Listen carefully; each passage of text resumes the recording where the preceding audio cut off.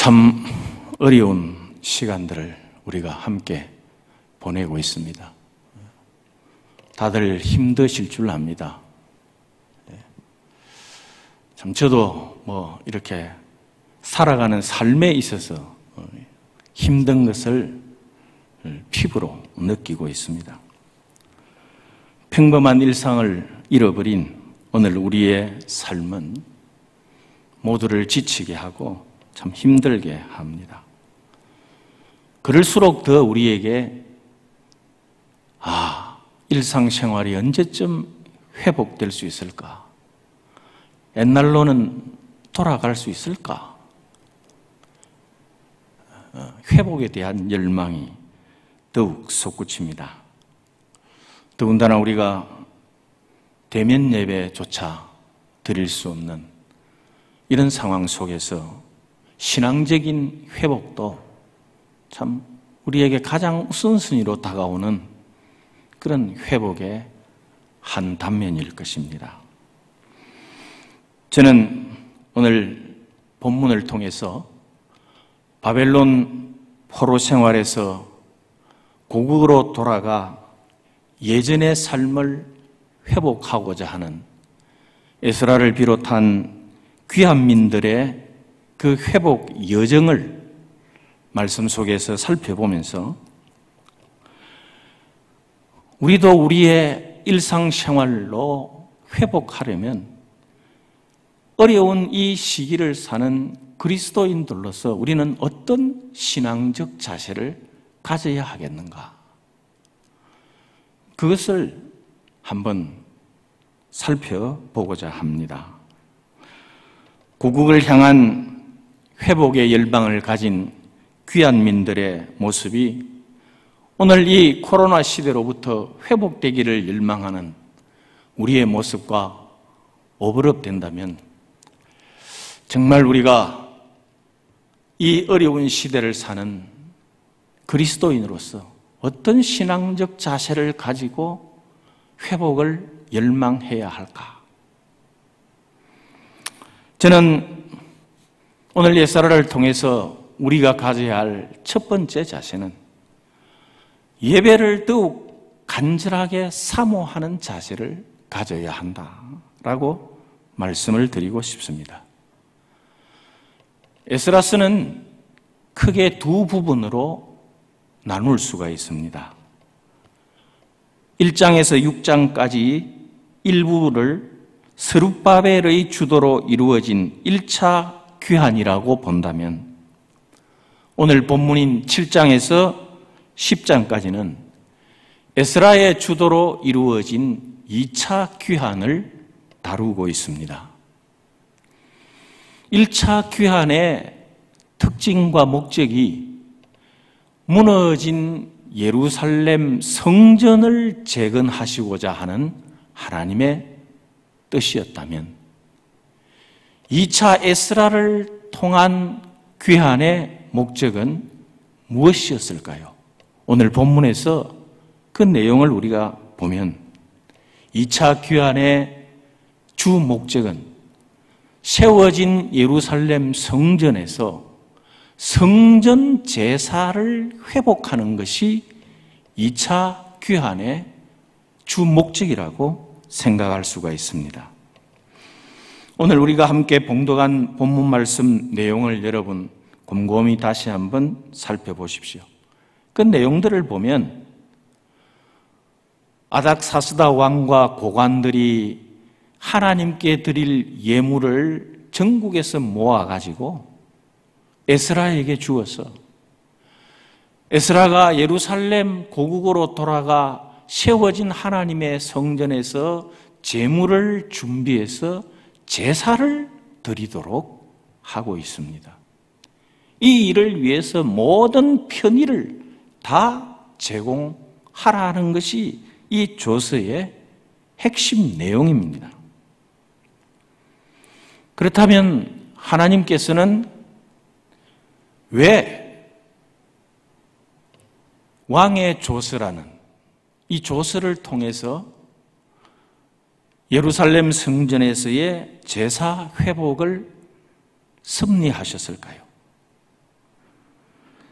그것은 23절에 아닥사스다 왕이 이렇게 한 이유가 있습니다. 23절 말씀을 보면 무릇 하늘의 하나님의 전을 위하여 하늘의 하나님이 명령하신 것은 삼가 행하라. 어찌하여 진노가 왕과 왕자의 나라에 임하게 하겠느냐. 즉 네가 섬기는 하나님, 그 하나님의 전에 가서 내가 준비한 이 모든 하나님께 드릴 예물과 제물을 드리면서 이 왕실과 왕자들과 나라의 번영을 위해서 하나님께 제사를 드려라. 예배를 드려라. 이게 아닥사스다 왕이 내린 조서의 내용이죠. 그러니까 에스라를 비롯한 2차 귀환민들의 그 목적은 성전 제사의 회복이었다는 것입니다. 하나님께서는 자기 나라와 왕실의 번영을 꾀하는 아닥사스다 왕을 통해서 예루살렘 성전에서의 제사 회복이라는 이 일을 이루시고자 하셨던 것입니다. 그러면 이 일에 주도적 역할을 하고 쓰임을 받은 사람이 왜 에스라냐?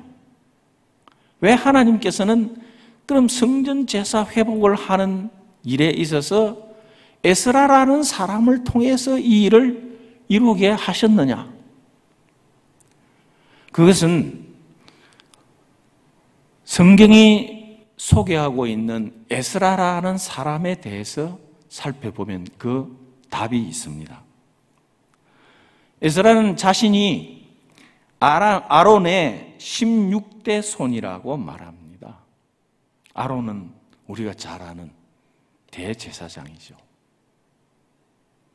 대제사장의 후손으로서 자신이 율법학자 겸 제사장이라고 밝히고 있습니다.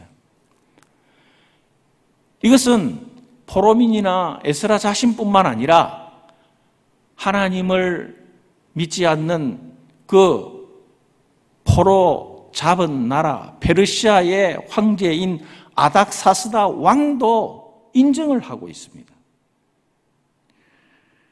그게 12절에 보면 이렇게 말씀하고 있죠. 모든 왕의 왕 아닥사스다는 하늘의 하나님의 율법의 완전한 학자 겸 제사장 에스라에게 포로로 잡혀가 있는 그 나라 황제가 에스라를 뭐라고 부르고 있습니까? 하나님의 율법의 완전한 학자 겸 제사장 에스라. 에스라라는 이 이름 앞에 항상 붙어 다니는 수식어가 있는데 그 수식어가 바로 율법학자 겸 제사장. 이게 에스라에게 주어진 닉네임이었습니다. 뿐만 아니라 여기에 한 수를 더 떠서 아닥사스다는 그 조서에 있는 내용에서 에스라를 내 손에 있는 율법에 의해서라는 말씀을 하고 있음을 우리는 여기서 볼 수 있습니다. 14절을 한번 보실까요? 14절에 보면 너는 내 손에 있는 네 하나님의 율법을 따라 유다와 예루살렘의 형편을 살피기 위하여 왕과 7 자문관의 보냄을 받았으니 말씀했는데 너는 내 손에 있는 네 하나님의 율법 손에 있다라는 이 말은 어떤 의미를 가지고 있을까요? 우리가 전문가로서 어떤 일에 아주 익숙하면 그 일이 손에 익었다 또는 손에 붙었다 그런 표현을 합니다. 그럼 여기 손에 있는이라는 이 말은 에스라가 손에 들고 있는 이런 의미가 아니라 네가 그만큼 익숙하고 단련되고 잘 아는 율법. 그러니까 에스라는 한마디로 성경 박사입니다. 율법 학자, 성경, 말씀에 대해서 박사라는 거예요. 그리고 제사장이라는 겁니다.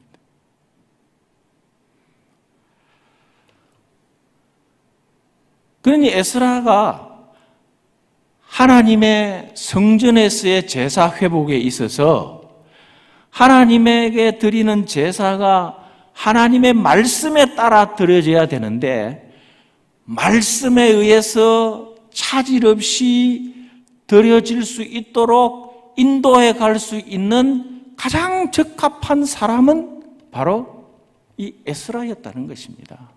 그만큼 제사에 대해서 잘 알고 있고 또 신분 자체도 제사장이고, 그러니 예루살렘 성전에서 성전 제사를 회복하는데 에스라보다 더한 적임자가 없다는 것이죠. 그래서 하나님은 이 에스라를 택해서 성전에서의 성전 제사 회복을 이루게 하셨다는 것입니다. 다시 말하면 예배를 회복하도록 하셨다는 것이죠.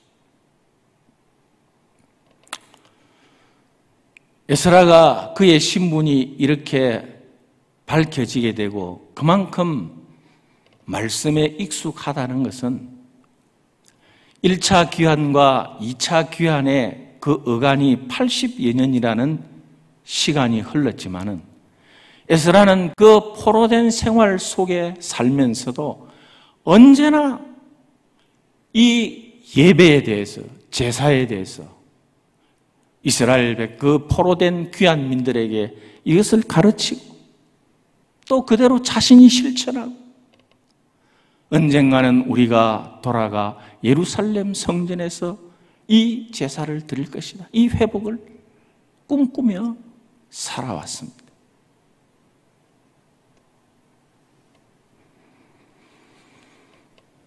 이처럼 하나님의 말씀에 대해서 익숙하고 하나님께 드리는 제사에 대한 갈망하는 마음을 가진 에스라를 통해서 하나님이 성전 회복, 성전 제사 회복을 이루셨다면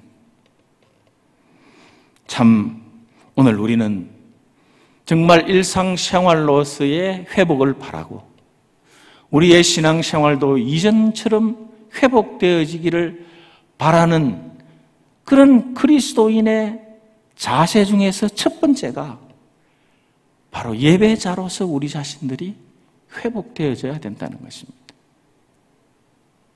우리의 예배가 정말 하나님 앞에 열과 성을 다한 진심 어린 예배가 이루어져야 한다는 것입니다.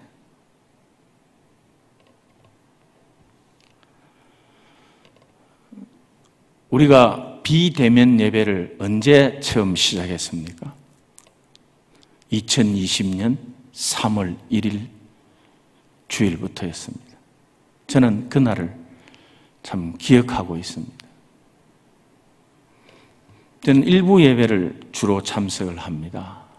그래서 집에서 이제 비대면 예배로 TV를 켜놓고 예배를 드리는데 목사님이 강단에 탁 올라오시는데 참 마음이 찹찹했습니다. 이 자유 대한민국에서 정말 우리가 이전에 그 어떤 어려운 시간 속에서도 그래도 성전에 나와서 하나님 앞에 예배는 드릴 수 있었는데 이렇게 참 영상 앞에서 예배를 드려야 하나? 정말 어찌 이런 일이 있을 수 있나? 저는 목회자로서 그런지 모르지만 정말 그때 그 당시의 마음은 이루 표현할 수 없을 정도로 울컥하고, 야, 참 이런 시기가 있나? 이렇게 안타까워했습니다.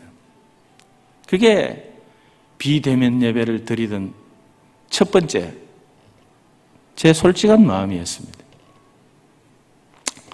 여러분, 2020년 3월 1일이었는데 오늘 우리가 2021년 8월 8일이잖아요. 1년 6개월, 이제 1년 7개월 지났죠. 지금 제 마음은 어떨까요? 그동안 예배를 쭉 드려오면서 물론 그 중에도 또 우리가 저도 뭐 계속 출석할 수 있을 때는 계속 나왔어요. 대면 예배를. 그리고 이제 뭐 꽉 이렇게 뭐 4단계에서 막으면 못 나왔는데 집에서 영상 예배를 드리다 보니까 솔직한 표현으로 참, 야, 교회 가서 대면 예배 안 드리니까 좀 편하긴 하구나. 좀 수월하다. 그런 생각이 솔직히 들었습니다. 제가 뭐 이 예배 드리러, 대면 예배 드리러 올리면은 7시부터 준비해야 되거든요. 그래서 한 8시나 8시 10분쯤 출발해서 오는데 그런 뭐 분주함이 시간적 제약이나 이런 것도 없고 그냥 뭐 준비해서 앉으면 되니까 쉽다. 이게 한두 번 반복되니까 어떻게 보면 제 자신도 막 이렇게 예배 드려도 되나?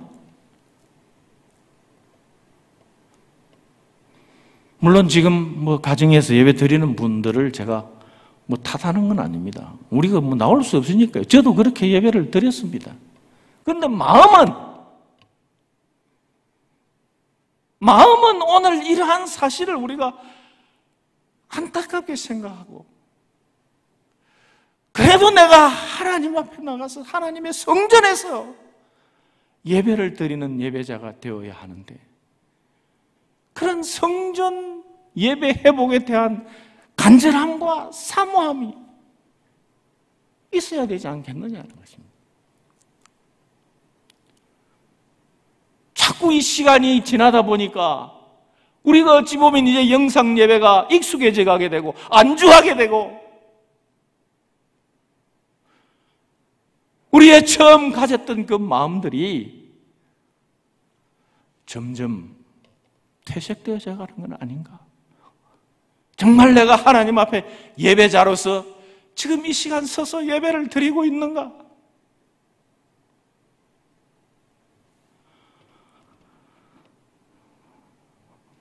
우리가 이것을 좀 다시 한번 가다듬어야 한다는 것입니다.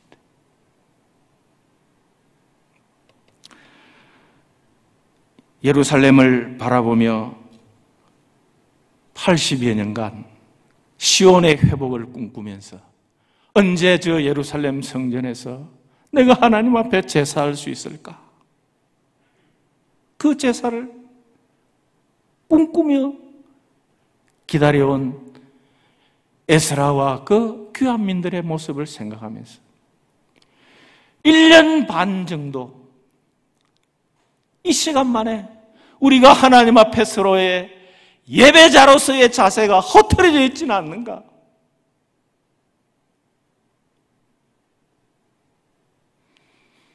우리 모두 다시 한번 그 앞에서 상황이 변하고 환경이 변하고 어떻게 달라진다 할지라도 부끄럽지 않는 예배자로서의 신앙적 자세, 이것이 회복을 기다리는 그리스도인의 첫 번째 자세라고 말씀드리고 싶습니다.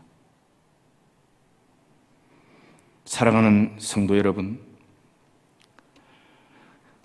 희망을 잃지 않고 예루살렘 성전에서 예배할 날을 열망하며 기다리며 말씀에 중심하고 예배 중심하며 살았던 에스라와 귀환민들의 모습을 생각하면서 우리도 이 시기가 지나가기까지 하나님의 성전에서의 예배의 회복을 갈망하며 기다리는 예배자들이 되시기를 주의 이름으로 축복합니다. 두 번째로 회복을 기다리는 신앙인의 자세는 하나님만 의지하는 기도의 자세를 계속 견지해야 합니다. 아닥사스다 왕이 이처럼 에스라를 통해서 2차 귀환민들을 보내게 되는데 이 여정이 결코 만만한 여정이 아니지 않습니까?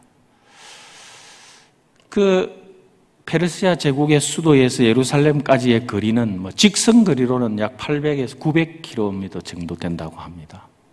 그러나 이 귀환민들의 숫자가 1차 때보다는 턱없이 작지만 성경학자들은 한 9천여 명 유아들과 이 짐승들을 다 합해서 9천여 명 정도 된다고 그러는데 직선 거리를 가는 것이 아니라 이 편한 길로 가니까 그 거리는 약 1,500km 정도 되고요. 시간은 약 4개월이 소요됐죠. 7장 9절 말씀을 우리가 한번 보실까요? 7장 9절에 보면 첫째 달 초하루에 바벨론에서 길을 떠났고 하나님의 선한 손에 도우심을 입어 다섯째 달 초하루에 예루살렘에 이르렀다. 첫째 달 초하루에 출발해서 다섯째 달 초하루에 도착했으니까 4개월이 걸렸지 않습니까? 1500km의 그 긴 여정을 여러분 4개월 동안 하는데 거기 가장 중요한 문제가 뭐겠습니까? 이들의 안전입니다. 왜냐하면 이 귀환민들이 돌아와서 유다가 재건되는 것을 원하지 않는 다른 적대국들이 있었기 때문에 항상 이들이 길에 매복해 있다가 귀환하는 사람들을 습격하고 죽이고 또는 광야의 당시에 이런 도적대들이 있어서 정말 이 사람들을 안전하게 예루살렘까지 도착하기에는 가장 중요한 것이 안전대책입니다. 그럼 인솔자인 에스라는 이 문제에 대해서 철저하게 준비를 해야 합니다. 이때 당시 에스라가 가지고 있는 그 권한을 보면 여러분 참 그 권한이 대단합니다. 에스라는 정치가도 권력가도 아니었습니다. 그는 단지 제사장이고 율법 교사였는데 아닥사스다 왕이 에스라에게 어떤 권한을 주었느냐? 그 조서의 내용에 보면 대단한 권한을 줬습니다. 누구든지 만약 돌아가고자 하는 뜻이 있는 사람이면 네가 다 데리고 가도 된다. 또 그 성전 제사의 회복을 하기 위해서 제사를 드리는데 필요한 돈은 내가 전부 다 주겠다. 부족하면 어디서든지 왕의 창고에서 꺼내다가 가져가서 쓰라. 그리고 그 성전 제사를 드릴 때 수종들은 레위인이나 제사장들에게 세금을 면제해 주겠다. 또 그곳에서 네가 관리를 임명할 때는 아무나 임명하지 말고 율법을 잘 아는 사람을 임명하고 만약에 내가 내린 이 조서의 내용대로 행하지 않고 반대하거나 또 여기에 대해서 문제를 제기하는 사람이 있으면 네 마음대로 죽여도 좋다. 그게 여러분 조서의 내용입니다. 잘 읽어보시면 지금 뭐 하나하나 우리가 따져볼 수는 없지만 막강한 권한을 에스라에게 줬습니다. 그것뿐이 아닙니다. 가장 중요한 것은 6절이죠. 7장 6절. 6절 말씀 우리 다 같이 한번 보실까요? 자, 우리 가정에서도 6절 말씀 한번 보십시다. 이 에스라가 바벨론에서 올라왔으니 그는 이스라엘의 하나님 여호와께서 주신 모세의 율법에 익숙한 학자로서 그의 하나님 여호와의 도우심을 입음으로 왕에게 구하는 것은 그 다음이 중요합니다. 뭐라고 말씀하죠? 다 받는 자이더니 왕에게 구하는 것은 다 받는 자. 이게 에스라입니다. 물론 하나님이 도우심으로 그렇다는 거죠. 그거는 뭐 하나님께서 뒤에서 역사하신 것이고 에스라가 왕에게 뭐든지 구하면 다 받는 사람이다. 그러면 에스라가 우리가 돌아가는데 대적들도 있고 도적들도 있으니까 왕의 군대를 파견해서 우리를 호위해서 무사히 도착하게 해 주십시오. 얼마든지 말할 수 있고 또 요구할 수 있습니다. 그런데 여러분, 에스라는 그렇게 하지 않았습니다. 그럼 에스라가 어떻게 그 먼 길을 안전하게 갈 수 있었을까요? 또 왜 이런 요구를 하지 않았을까요? 그 이유가 8장 22절에 나옵니다. 여러분, 8장 22절 자세히 한번 보십시오. 8장 22절. 이는 우리가 전에 왕에게 아뢰기를 우리 하나님의 손은 자기를 찾는 모든 자에게 선을 베푸시고 자기를 배반하는 모든 자에게는 권능과 진노를 내리신다 하였으므로 길에서 적군을 막고 우리를 도울 보병과 마병을 왕에게 구하기를 어떻게 했다고요?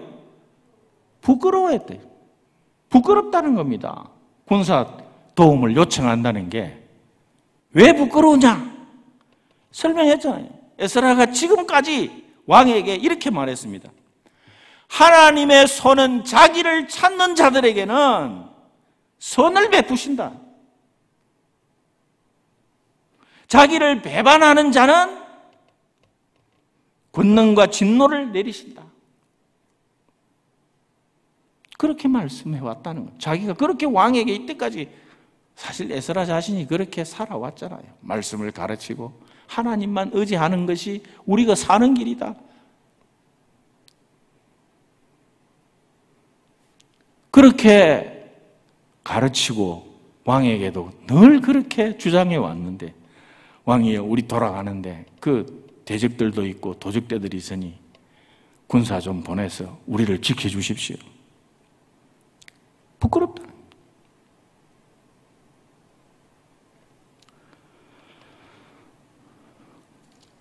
그래서 에스라가 택한 방법이 뭡니까?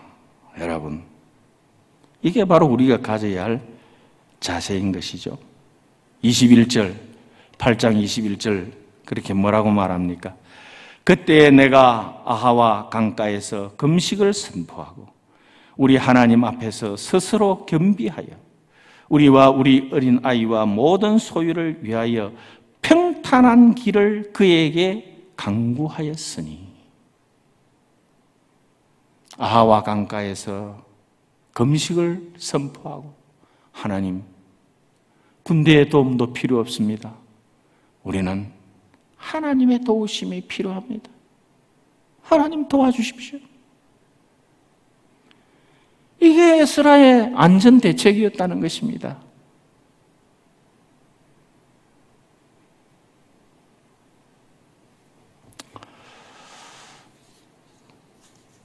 사람의 도움보다 하나님의 도우심을 선택한 것입니다. 아무나 할 수 있는 일이 아니죠. 응답의 확신이 없거나 체험이 없이는 생명을 담보하는 이런 일에 어찌 하나님의 도우심만 구하고 출발할 수 있다는 말입니까? 근데 여러분, 이런 믿음을 가지고 하나님께 기도한 에스라를 하나님께서 그냥 버려두셨겠어요? 그렇지 않습니다. 31절 보실까요? 8장 31절에 보면 첫째 달 12일에 우리가 아하와 강을 떠나 예루살렘으로 갈새 우리 하나님의 손이 우리를 도우사 대적과 길에 매복한 자의 손에서 어떻게 하셨다고요? 건지신지라. 할렐루야.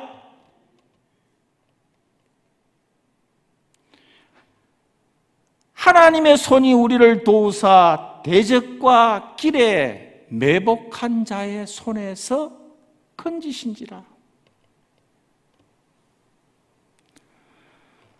여러분, 가장 안전한 안전지대가 어딜까요? 군대의 힘이 아니라 하나님의 도우심이라는 것이죠.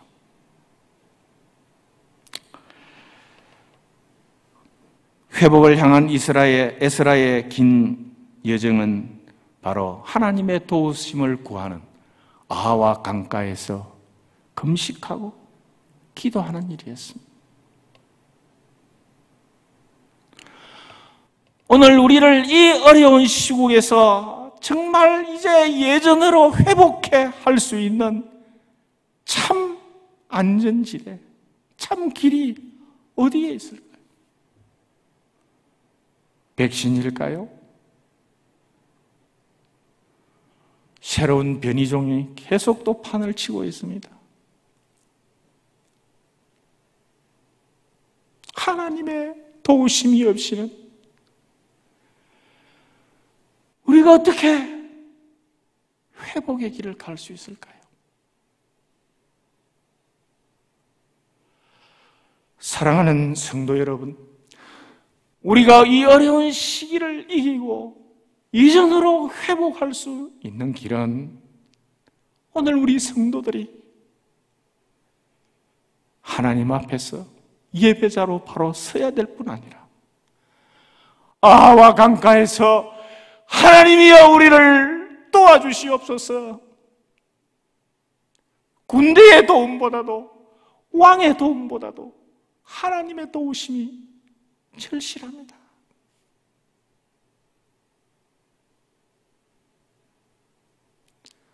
무릎 꿇는 기도가 있을 때, 부르짖음이 있을 때 하나님은 우리를 회복의 자리로 인도해 주실 줄 믿습니다. 여러분은 잘 모르시겠지만 성북중앙교회는 참 좋은 교회입니다, 여러분. 왜냐고요? 이 어려운 시기에 정말 우리가 아와 강가로 나갈 수 있도록 교회가 나는 이처럼 여러 가지로 배려하고 있는 모습들이 너무 참 은혜스럽다고 생각합니다. 이런 교회가 흔치 않아요. 오늘 우리도 아하와 강가에 무릎 꿇음이 필요합니다. 우리의 아하와 강가가 어디겠습니까? 아둘람 기도회 그 자리에서 무릎 꿇으면 그곳이 바로 아하와 강가가 될 줄로 믿습니다. 도심 기도원, 텐텐 기도회까지 있고 심지어는 기도 여행까지, 이게 그냥 흘려듣지 마시고 여러분, 회복을 바라는 진정한 신앙인의 자세를 견지하려면 바로 그 자리에 가서 그곳이 나의 아하와 강가가 되도록 하나님께 무릎 꿇고 기도할 수 있는 저와 여러분이 되기를 바랍니다. 마지막으로 회복을 바라는 신앙인의 자세는 철저히 청산하는 회개의 자세를 가져야 합니다. 에스라를 비롯한 기한민들이 제사를 회복하고 그리고 하나님의 말씀을 통해서 말씀을 듣게 되고 율법을 깨달으니 그들은 견딜 수가 없었습니다.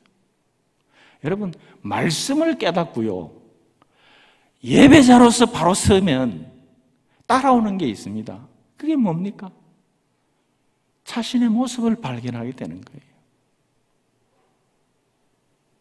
여기 이스라엘 백성들, 그 방백들이 지금 그렇지 않습니까? 9장 1절에 한번 보십시오.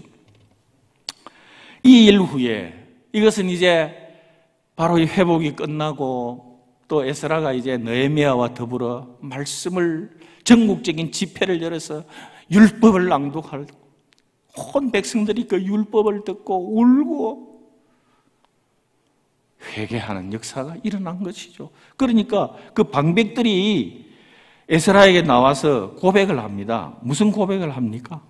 자신들의 죄를 자백하는 거예요. 무슨 죄입니까?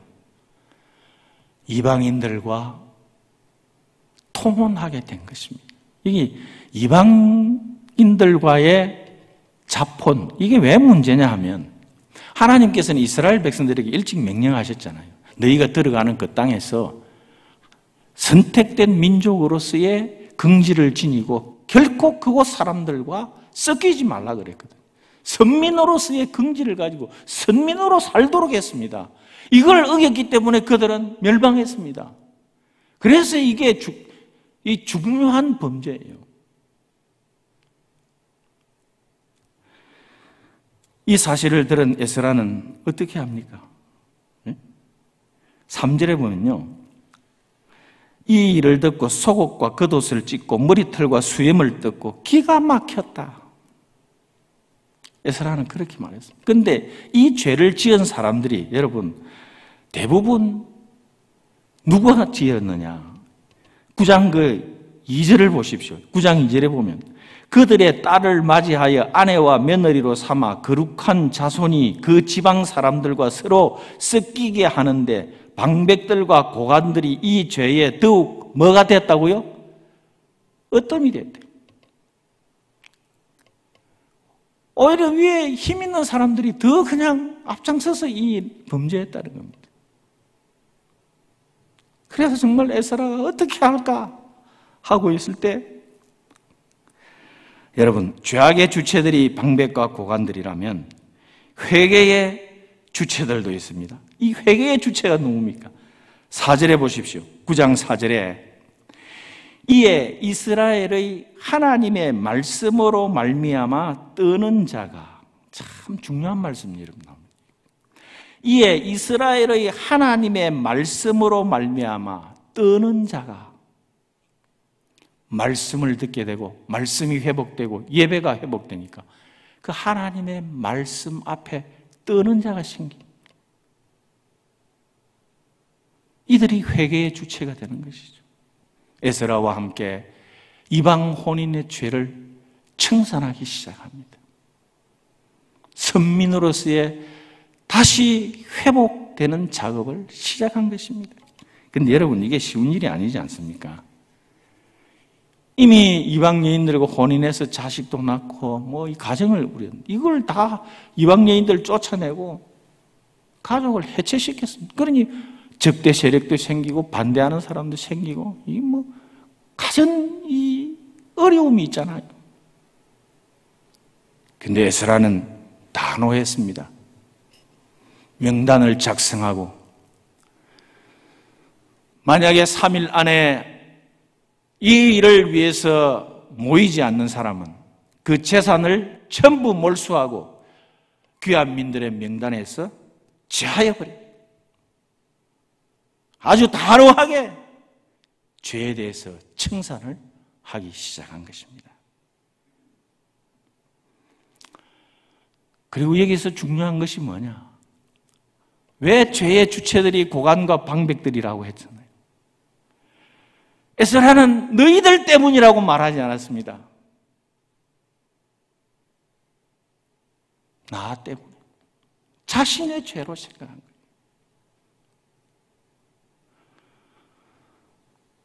사랑하는 성도 여러분, 오늘 우리는 그리스도인이라 불려지는 자들입니다. 하나님의 성도입니다. 성도라는 말의 뜻, 하기오스라는 말의 뜻은 세상과 구별된 청결한 삶을 사는 사람들입니다. 구별된 사람입니다. 우리가 세상과 구별된 삶을 살려면 반드시 여기에 대가가 있어야 하고 대단한 각오가 있어야 합니다. 그래야만 청산할 수가 있습니다.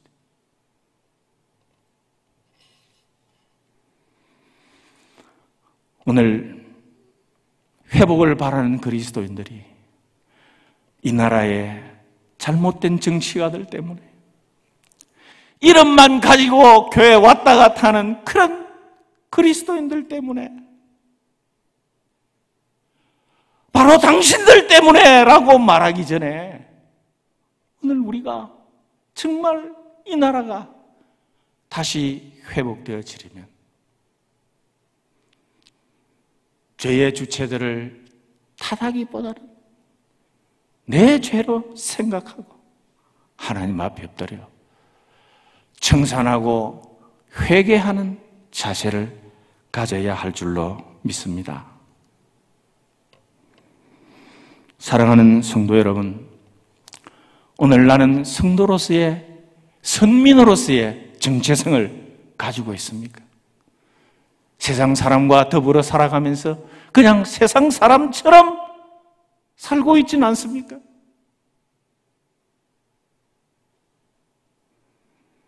남의 죄를 탓하며 남을 탓하며 당신들 때문에 오늘 우리가 이 고통을 당하고 있다고 원망하고 있지는 않습니까? 아와 강가에서 하나님, 구별된 그리스도인답게 살지 못한 내 탓입니다. 내 죄입니다. 이제는 하나님의 백성으로 구별되어 살겠습니다. 세상과 섞여서 살지 않겠습니다. 다짐하고 회개하는 이 자리가 되시기를 바랍니다. 말씀을 정리해 보겠습니다. 구약시대 이사야 선지자 시대 이스라엘 백성들은 이사야 선지자의 전해지는 말씀을 늘 귓가에 흘려 듣고 말았습니다. 이사야 28장 9절 이하 13절 말씀에 보면 그들이 선지자의 설교를 어떻게 들었는지 말씀하고 있습니다. 이사야 28장 9절에 그들이 이르기를 그가 누구에게 지식을 가르치며 누구에게 도를 전하여 깨닫게 하려는가? 젖떨어져 품을 떠난 자들에게 하려는가? 경계에 경계를 더하고 경계에 경계를 더하고 교훈에 교훈을 더하고 교훈에 교훈을 더하여 여기서도 조금 저기서도 조금 하는구나. 이게 이사야 설교를 듣는 이스라엘 백성들의 반응이었습니다. 어떤 반응입니까? 젖떨어져 품을 떠난, 이제 젖 먹는 젖된 애들한테 하는 유치한 소리는 하고 있고, 그리고 경계에 경계를 다하고 그냥 계속 했던 말 또 하고 또 하고 또 하고, 아유, 정말 반복되는 그 잔소리, 식상한 그 소리, 이제는 좀 그만 들을 수 없나?